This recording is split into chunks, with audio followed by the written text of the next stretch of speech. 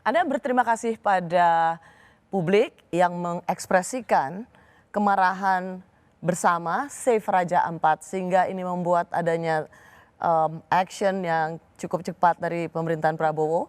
Inilah rasa sedih dan rasa bahagia yang datang secara bersama-sama. Kita tahu bahwa kita dalam tanda kutip kita menang, sedikit saja kemenangan ini ada 4 yang dicabut. Tapi mengapa harus sebesar ini gitu. Jadi ketika kita mau memperjuangkan hak kita memperjuangkan keadilan. Bahwa negara ini konstitusi menjamin hak hidup yang layak. Ruang hidup yang layak untuk ditinggal itu hak kita. Tapi ketika masyarakat Raja Ampat ingin menyuarakan itu, menunggu hashtag Save Raja Ampat sebesar ini. No viral, tidak ada ratas, tidak ada gebrakan dari menteri. Ini mempertegas bahwa pemerintah atau kondisi saat ini adalah no viral, no justice, nggak rame, nggak digubris. Gus Ulil, Anda adalah pegiat sosial media. Mengapa Anda tidak ikut dalam gerakan Save Raja Ampat? Ya, pertama begini, saya tentu memberikan apresiasi yang besar kepada teman-teman aktivis lingkungan ya, yang mengangkat isu Raja Ampat ini dan kemudian direspon secara cepat oleh pemerintah. Itu tentu sesuatu yang positif. Isu lingkungan, isu yang penting, bahkan itu merupakan salah satu ciri dari generasi Z sekarang ini adalah concern yang besar kepada isu lingkungan. Hanya saja, saya sebetulnya kenapa tidak ikut hashtag ini karena saya akhir-akhir ini sebetulnya lebih banyak memperhatikan isu Palestina. Sehingga saya tidak terlalu sadar ada hashtag itu. Oh masa? Serius? Itu luas sekali Gus Ulil. Ya, cuma saya kan tidak terlalu memperhatikan secara serius soal tagar ini ya. Saya tertrigger hanya karena dicolek oleh seorang teman, lalu saya memberikan komentar dan kemudian komentar itu ramai sekali. Tetapi saya hashtag itu terus terang tidak terlalu aware ya. Nah, tetapi kalau mau ditelusuri lebih jauh, kenapa saya tidak ikut hashtag itu sampai sekarang setelah saya tahu, karena saya punya sudut pandang yang berbeda mengenai soal pengelolaan tambang ini. Yaitu? Ya, sudut pandang saya adalah bahwa memang ada dilema di dalam negara ini, di dalam mengurus sumber daya alam ini. Ini saya bicara tidak pada konteks spesifik ya Raja Ampat. Saya punya simpati besar terhadap isu Raja Ampat ini. Memang betul aturannya adalah tidak dibolehkan eksplorasi di pulau-pulau kecil. Tapi saya ingin menarik pada konteks yang lebih luas ya. Bagaimana kita memperlakukan isu penambangan ini. Nah bagi saya di sini memang kita harus menggunakan lensa yang lebih kompleks ya. Saya mengenalkan lensa yang saya sebut dengan teori multiple maslahat. Multiple maslahat itu artinya adalah bahwa di dalam kebijakan publik kita selalu berhadapan dengan kemaslahatan yang banyak, tapi juga artinya keuntungan, kebaikan, kemanfaatan yang banyak. Tapi pada saat yang sama kita juga berhadapan dengan mafsadat atau bahaya atau kerugian-kerugian yang banyak. Tugas kita sebagai seorang policy maker atau tokoh-tokoh masyarakat, bahkan publik sendiri adalah membuat semacam kalkulasi. Oke. Ya, nah di sini memang ada dilema antara membangun, melakukan eksplorasi pertambangan itu maslahat, tetapi juga ada mafsadatnya. Kemudian menjaga lingkungan itu juga maslahat, tetapi juga ada dampak negatifnya. Karena menjaga lingkungan. Di mana dampak negatifnya menjaga lingkungan? Menjaga lingkungan yang terlalu ekstrim sehingga tidak membolehkan sama sekali mining, itu menurut saya tidak fair. Karena ada juga, saya tidak tahu posisi teman-teman di Greenpeace ya, tetapi di dalam konteks gerakan lingkungan dunia, ada gerakan yang langsung no mining at all.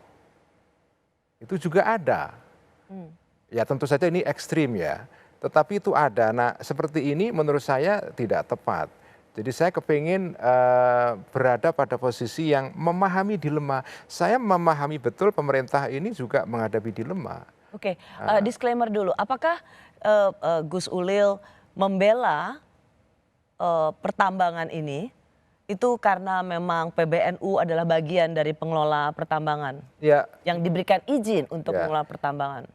ini soal konsesi pertambangan untuk PBNU ya, untuk ormas. Ya, bagi saya itu adalah salah satu terobosan penting dari kebijakan Pak Jokowi di akhir periodenya. Jadi dengan membuka konsesi tambang lebih luas, melibatkan masyarakat sipil, sekarang ada koperasi juga bisa mengelola pertambangan ya. Menurut saya itu membuka akses yang lebih luas. Jadi tambang tidak hanya dikelola oleh korporasi dan BUMN. Oke, jadi kalau misalnya teman-teman aktivis atau juga masih banyak tokoh pencinta lingkungan, aktivis lingkungan mengatakan, let's say kita lihat ada 4 izin yang dicabut di Pulau Raja Ampat dan kemudian PT GAP masih diawasi, masih diinin sementara, Greenpeace mengatakan bahwa itu harusnya dicabut karena melanggar aturan. Untuk Anda? Saya menyerahkan kepada pemerintah untuk menilai hal ini. Ya, saya mengapresiasi langkah pemerintah untuk mencabut dan sudah dilakukan pencabutan itu. Mengapa Gus Ulil, terangkan pada kami, mengapa Roso mencintai lingkungan, menjaga lingkungan itu tidak terasa pada seorang Begini, Gus Ulil? menurut saya menjaga lingkungan itu penting. Saya katakan itu salah satu maslahat yang penting juga. Tetapi mengelola tambang itu juga maslahat. Siapa yang bisa menolak bahwa tambang itu bermanfaat untuk negara ini? Jadi menurut saya, karena begini, ada kesan di publik, di sebagian kalangan ya, seolah-olah penambangan itu in itself itu adalah kejahatan. Ya. Itu adalah evil. Oke. Nah, bagi saya ini persepsi seperti ini menurut saya itu kurang tepat. Penambangan sendiri itu menurut saya baik. Yang tidak baik adalah bad mining. Oke, penambangan itu baik, itu it's not an evil. Ya. Ini evil, Gus. Kenapa dia dinamakan izin? Karena dia buruk. Kenapa pemerintah memberikan izin? Karena pemerintah tahu ada dampak buruk dari aktivitas pertambangan ini. Sehingga dia harus dikontrol oleh pemerintah. Dan pemerintah memiliki pengawasan. Jauh lebih daripada itu, Gus. Mari kita coba lihat misalnya, apa kita tega mengatakan bahwa ada kekayaan yang sangat besar dari sumber daya alam ini dikeruk dari wilayah-wilayah di luar Jakarta dan keuntungannya sampai dan datang ke Jakarta. Saya lahir besar di Medan memang, tapi saya pernah tinggal lama di Samarinda. Sorry to take it personal, saya tinggal di Samarinda, tempat ada tambang dari PBNU, nanti di sana saya tidak tahu saya udah aktif atau tidak. Bagaimana kehidupan orang-orang di sana, hidup dengan lumpur ketika hujan datang dikit saja. Kami harus membeli air bersih lebih mahal daripada orang-orang di Jawa. Kami harus membayar listrik lebih mahal. Di Raja Ampat, di Kalimantan Timur, listrik tidak masuk. Padahal mereka penghasil batu bara. Ini kemiskinan yang premium. Pemerintah menciptakan poverty premium. Lalu Gus bilang bahwa ada kemaslahatan. Artinya begini, bagaimana kita bisa mengorbankan orang-orang yang tinggal di lingkar tambang hanya atas nama bahwa ini ada keuntungan untuk bangsa.